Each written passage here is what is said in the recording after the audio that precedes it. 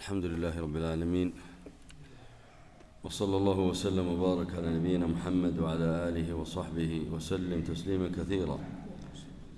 ثم أما بعد، اللهم يا فارج الهم ويا كاشف الغم ويا مجيب دعوة المضطر، اللهم من كان منا مهموما ففرج همه، اللهم من كان منا مديونا فاقض دينه، اللهم من كان منا مريضا فاشف مرضه، اللهم من كانت له حاجة عندك من حوائج الدنيا أو الآخرة، صلاح ولد أو سعادة مع زوجة أو رزق أو وظيفة أو تركها أو غير ذلك، اللهم عجل له بها عاجلا غير آجل.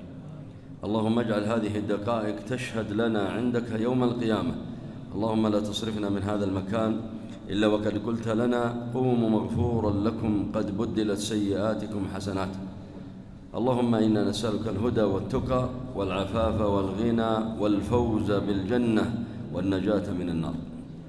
يا أيها الأحباب، قبل أيام قليلة ودعنا شهر رمضان، وكان الناس يعيشون في سعادة. أكثر الناس يقول لك ما مر بي شهر أفضل من هذا الشهر، ولا سعدت في حياتي سعادة كسعادتي في هذا الشهر يا أخي. ولا أعلم ما السبب. السبب معروف يا أيها الحبيب.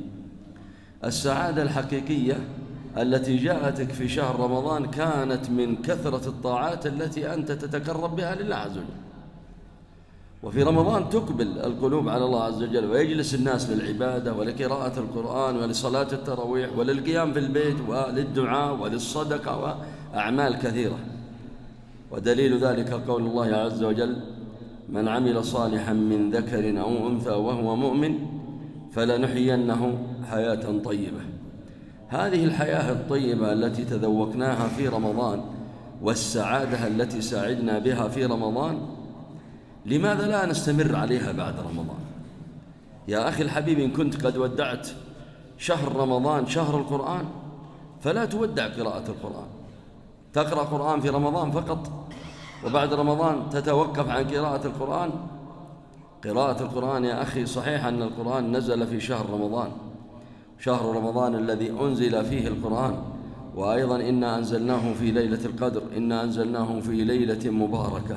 لكن في آيات أخرى يقول: وننزل من القرآن ما هو شفاء ورحمة. ألا تريد الشفاء من الهم ومن الغم ومن المرض ومن هموم الدنيا ومن أكدارها وأمراضها وفقد الأحباب؟ كل هذه سترد عليك، ليس لك إلا الله ثم قراءة القرآن. ثم أيضا قراءة القرآن هذه أجرها عظيم، كل حرف تقرأه من كتاب الله لك به 10 حسنات. الرسول صلى الله عليه وسلم يقول: لا أقول ألف لام ميم حرف، من قرأ حرفا من كتاب الله فله حسنة والحسنة ب10 أمثالها. لا أقول ألف لام ميم حرف، ولكن ألف حرف ولام حرف وميم حرف. من قرأ القرآن وهو يستشعر عظمة هذا القرآن وعظمة من أنزله وعظمة من أرسل به سيتلذذ وسيعيش في سعادة يا أحباب. ثم أيضا البعض يشتكي هموم ويشتكي أمراض ويذهب إلى راقي. ارق نفسك يا أخي، والله أفضل رقية ترقي بها نفسك أن تكون أنت الذي يرقي، وأن تكون متعلق بالله عز وجل، فهو الذي ينزل الداء وهو الذي يرفعه، وهو الذي ينزل الداء وينزل الشفاء. اعلم أن قراءتك للقرآن هذه على نفسك خير من قراءة غيرك يا أخي. ثم أيضا لا يكن يومك كله يذهب، حتى ولو كانت أعمال لك أو أشغال، لا يمر عليك يوم إلا وأنت تقرأ من كتاب الله أقل القليل جزء. هذا القرآن سيؤثر فيك وسيؤثر في حياتك وفي همومك وفي سعادتك، والله ستسعد بهذا القرآن. والصحابة كانوا يقرؤون هذا القرآن، السهم يرمى في ظهر أحدهم ولا يقطع قراءته للقرآن. لماذا؟ لأنه دخل في سعادة يتلذذ بها أعظم مما نعيشها أنا وأنت على ما يعني أشياء بسيطة من ملاذ الدنيا. نسأل الله العفو والعافية. فلذلك يحرص الإنسان على قراءة القرآن كل يوم. ثم احرص يا أخي ولو أن تحفظ صورة واحدة من قصار الصور. لو أنك تحفظ صورة كان قد حفظت القرآن كاملا. يمكن الإنسان لو يأخذ صورة كل يوم أو على الأقل يومين ممكن يحفظ في الشهر جزء.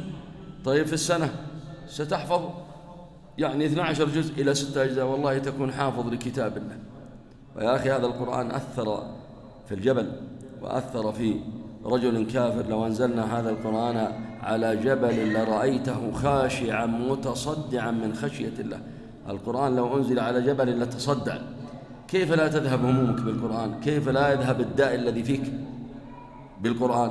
إذا نحرص على قراءة القرآن، على حفظه، على تدبره، على التشافي به بعد رمضان.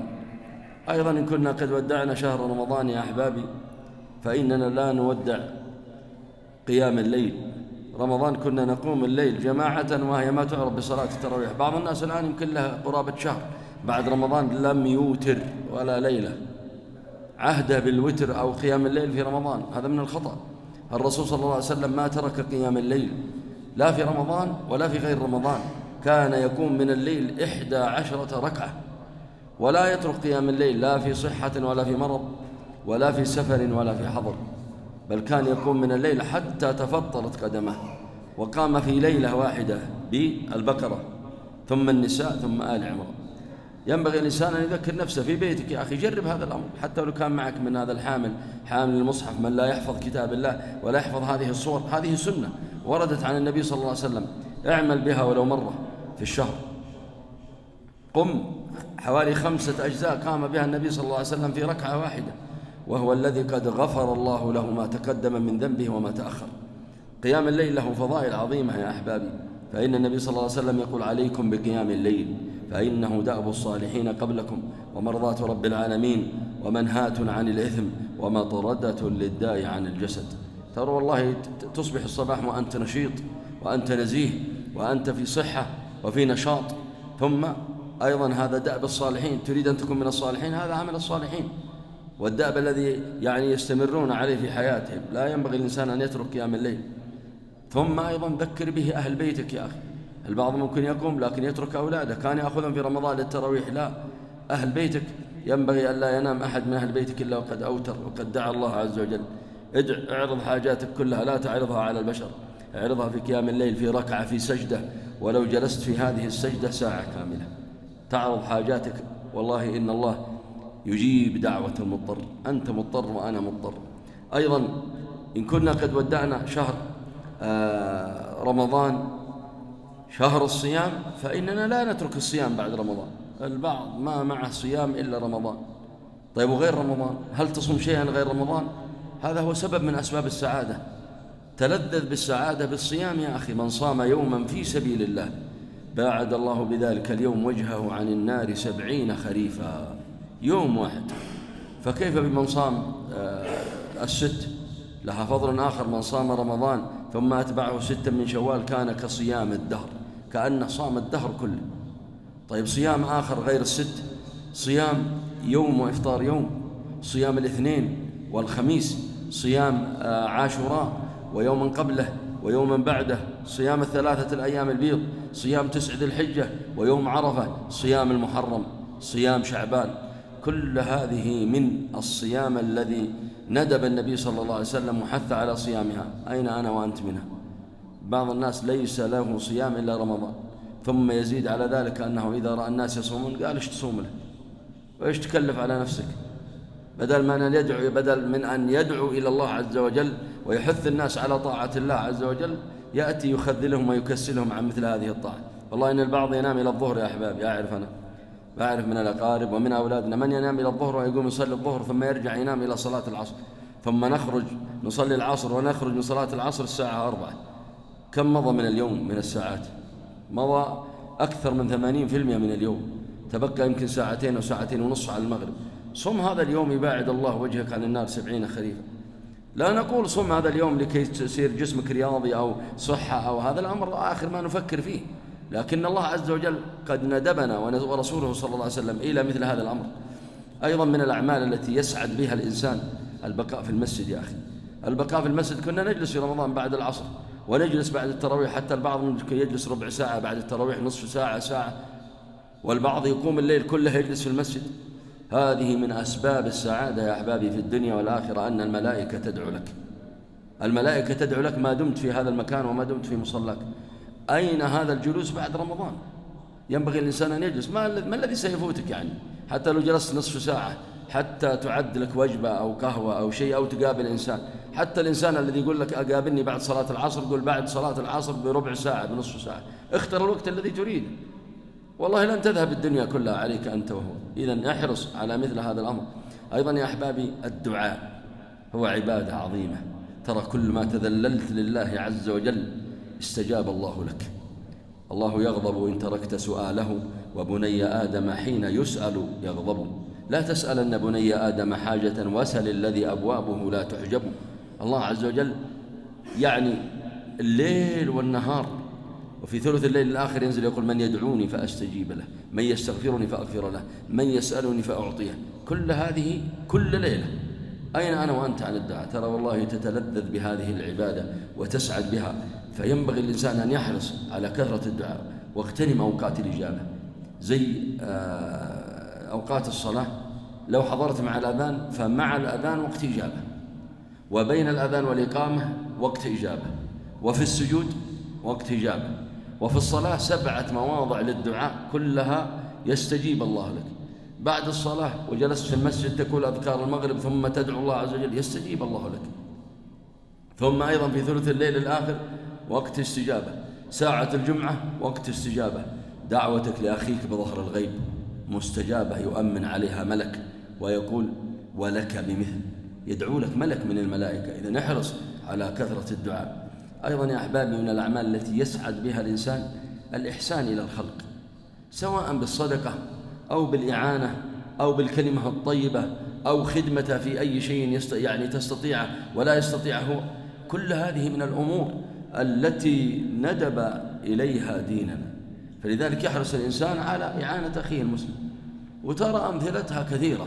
حتى المسلم الذي يصعد على دابته فيسقط صوته وتحمل له هذا الصوت هذه العصا، لك بها حسنة.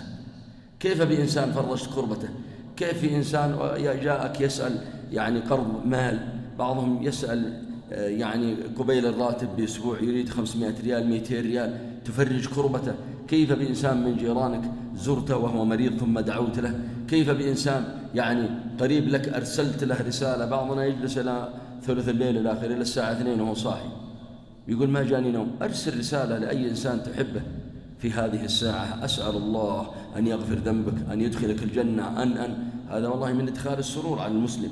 لذلك يحرص الإنسان على مثل هذه الأشياء. يا أحبابي، السعادة في هذه الدنيا لا تكون إلا في طاعة الله وفي عمل صالح تتقرب به إلى الله عز وجل. صلة الرحم، عيادة المريض، زيارة المقابر، كل هذه وغيرها، بر الوالدين، صلة الأرحام، يعني الإحسان إلى الجار. أي عمل صالح تعمله في اليوم يسبب لك سعادة تعيشها، تحس أنك يعني في شيء يرفعك عن الأرض. لذلك يحرص الإنسان على الإكثار من الأعمال الصالحة في رمضان وبعد رمضان. ولنعلم أن رب رمضان هو رب شوال ورب الشهور كلها. ويا أخي، لا يمر عليك يوم من الأيام إلا وتملأ هذا اليوم بأعمال صالحة، ويكون هذا اليوم أفضل من الأمس. أول ما تقوم من فراشك اذكر الله عز وجل، اذكر الله عز وجل وقل: الحمد لله الذي أحيانا بعدما أماتنا وإليه النشور. ثم توضأ وقم قبل الفجر، ولو صل ولو ركعات ولو ركعتين، إن كنت كذا وترك صل ولو ركعتين. ثم اشهد صلاة الفجر في جماعة فأنت في ذمة الله. ركعتي الفجر السنة خير من الدنيا وما عليها. أذكار الصباح بعد الصلاة لا تتركها. خذ جزء من القرآن بعد صلاة الفجر. سبح الله 100 مرة، صل على النبي 100 مرة، قل لا حول ولا قوة إلا بالله 100 مرة، لا إله إلا الله 100 مرة، لا إله إلا أنت سبحانك إني كنت من الظالمين 100 مرة. أفضل الكلمات وأحبها إلى الله سبحان الله والحمد لله ولا إله إلا الله والله أكبر. قلها 100. ثم أعطني رأيك بعد أن تعيش ذلك اليوم. صلاة الظهر حافظ عليها، والعصر والمغرب والعشاء. أكثر من ذكر الله، أكثر من الدعاء طوال اليوم. أسأل الله الذي جمعني وإياكم في هذا المكان أن يسعدنا في الدنيا والآخرة. اللهم إنا نسألك السعادة في الدنيا والآخرة. اللهم إنا نسألك السعادة في الدنيا والآخرة. اللهم إنا نعوذ بك من الهم والغم ومن العجز والكسل ومن الجبن والبخل ومن غلبة الدين وقهر الرجال. اللهم انصر إخواننا المستضعفين المضطهدين المظلومين في غزة اللهم كن لهم مؤيدا ونصيرا ومعينا وظهيرا، اللهم انصرهم يوم كل الناصر، اللهم أعنهم يوم كل المعين. اللهم احفظ هذه البلاد وحكامها وعلمائها وأهلها ورجال أمنها وشبابها ونسائها ورجالها. بيض الله وجوهكم على حسن استماعكم وإنصاتكم، وصلى الله وسلم وبارك على نبينا محمد وعلى آله وصحبه وسلم تسليما كثيرا. جمعية الدعوة والإرشاد وتوعية الجاليات بأبها، بالدعوة نحيا.